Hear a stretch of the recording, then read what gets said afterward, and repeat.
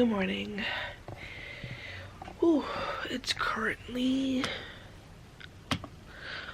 4:54 in the morning. It's April 5th.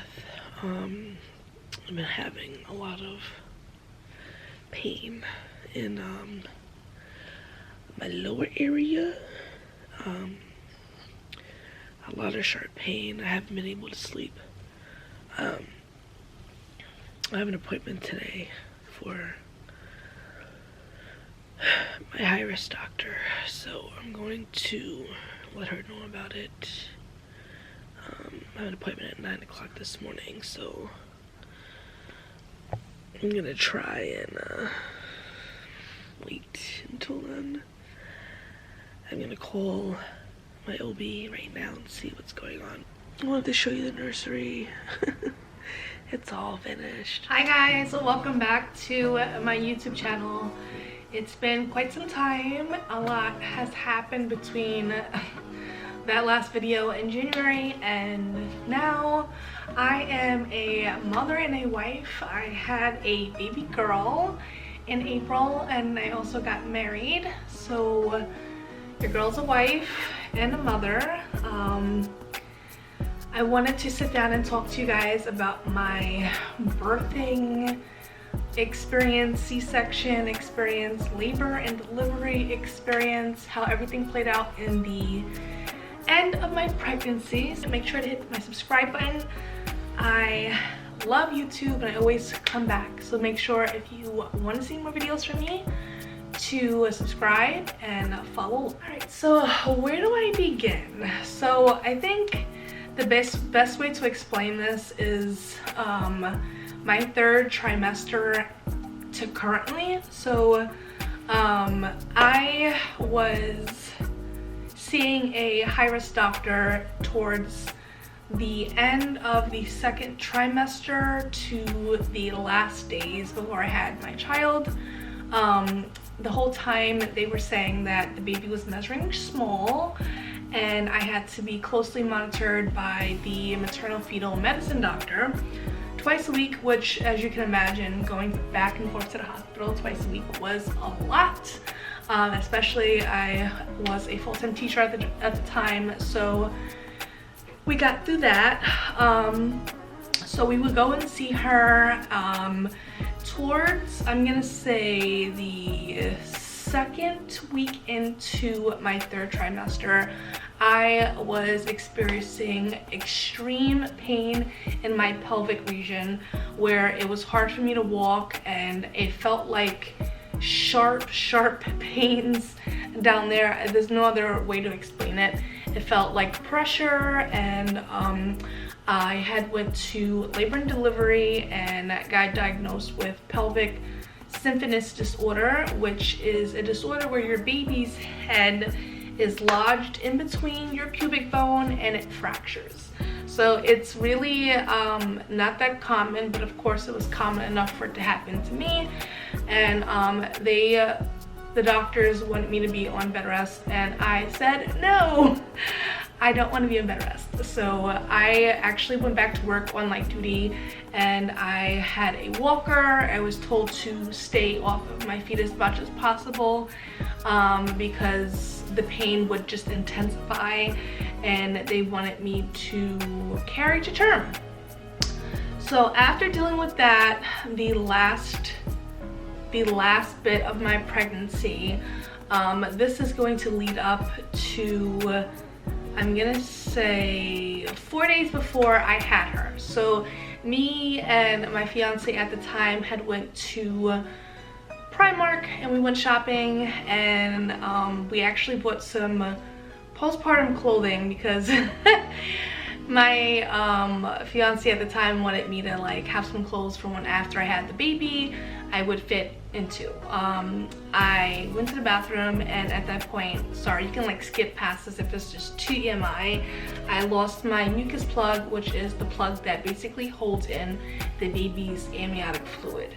So that came out. I was feeling okay, I was feeling fine. The next day was supposed to be Monday, I was supposed to go to work. I said, you know what, let me just play it by ear, let me go to work. And I will call my doctor in the morning. So I decided to call my doctor. They're like, yeah, you should not be at work. You need to come to us. We're gonna see you.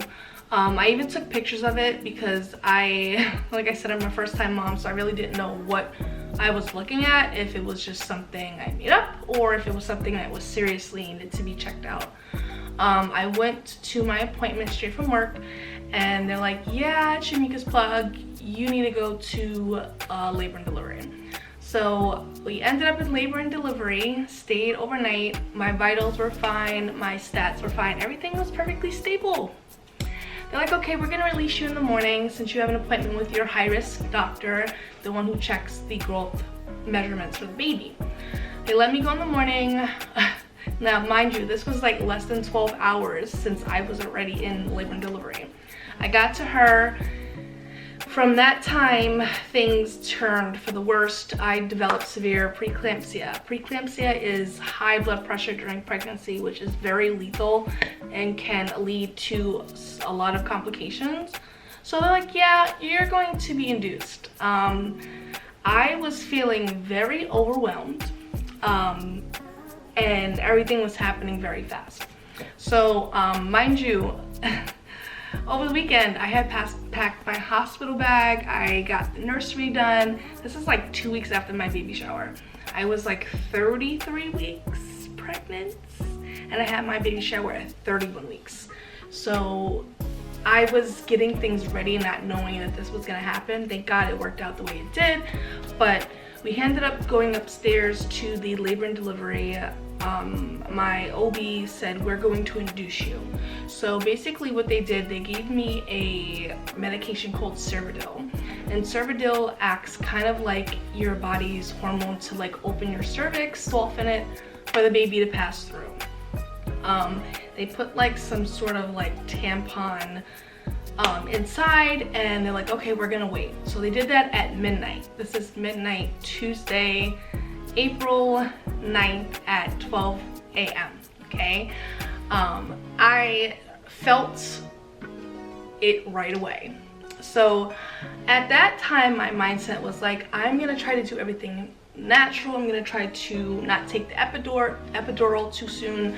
I'm gonna make sure that I am going to do things right, so if I need it, I can take it when I need it the most. And I have a high pain tolerance, so I was like, I'm gonna stick it out. Let me stick it out. I'm no punk, I got this. From midnight to 7 a.m., I was having severe active labor where I was in so much pain. So at that time, they put the leg compressions on me.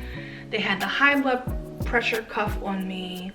They actually, what else did they do? They had me in kind of like an ice bath because like I was having back labor and I was burning up. Like I was burning up. I felt like I was on fire. So there was 4 things that were happening at once. The leg compressions were squeezing my legs every couple of minutes. I was having the high blood pressure monitor go off every 2 minutes. Back labor was every 3 minutes, and then the contractions was happening every 3 minutes. So all of that was happening. I didn't really have time in between contractions or labor to actually have a break or breathe because all these things were going off at the same time. And it was like the perfect symphony. Not really. I was in so much pain. I think I was at a point like towards 7 o'clock where I was in so much pain, I didn't know where I was. Like it just was like a dream. Like the pain was just so immense, and they kept asking me, do you want the epidural? Do you want they asked me like 2-3 hours into getting that medication, and I was like, no, you're not giving it to me because I know worse is to come, and I'm not gonna take it too early. I've heard horror stories of women taking their epidural soon and then them feeling everything when the actual baby comes. I said, not happening. So 7 o'clock rolls around, they come in, they check my pressure. At this point, my pressure is through the roof. It's so bad, it's at like stroke level high. So my OB runs in, they're like, yeah, we gotta take you to labor and delivery now. They checked, I was at a 5 centimeter dilated, and I think like 85% effaced. So I was almost there, but my pressure wouldn't allow me to go in any further. My body was like, no. They got me all ready. One thing they don't tell you is they shave you. I was already shaved, so I don't know what they were shaving. That was an experience, humbling experience to say the least. So they gave my my husband his gown, his stuff, and everything like that, and they take me back and they're like, we're gonna come and get you after she gets her spinal tap. Now when you get your C-section, they give you a spinal tap and they numb you from like the neck down. When you get the epidural, they numb you from the waist down. So I think that was the one thing I was scared about this entire pregnancy, was getting the epidural or the spinal tap, because I've had horror stories when I was younger. I had to get one done and it didn't go so well. So we got into the OR and I told the anesthesiologist, I'm like, listen, I'm scared, okay? I'm in a lot of pain, but I'm also scared. Please take care of me. He did a wonderful job. Like, if I have to have another child, nowhere in the future will I have one, but I'm just saying, if I had to, I'm coming for that man. So they're like, we're gonna wait for your husband to come. They put the curtain up and everything like that, but I could actually see over the curtain because they had like this reflective light thing. And they sliced me open before my husband gets there. And my husband, not a fan of gore and stuff, he looked at me in my eyes the entire time. And I'm like, you could do that, but I need to check to see if they're doing what they have to do. So I looked at everything, I was awake.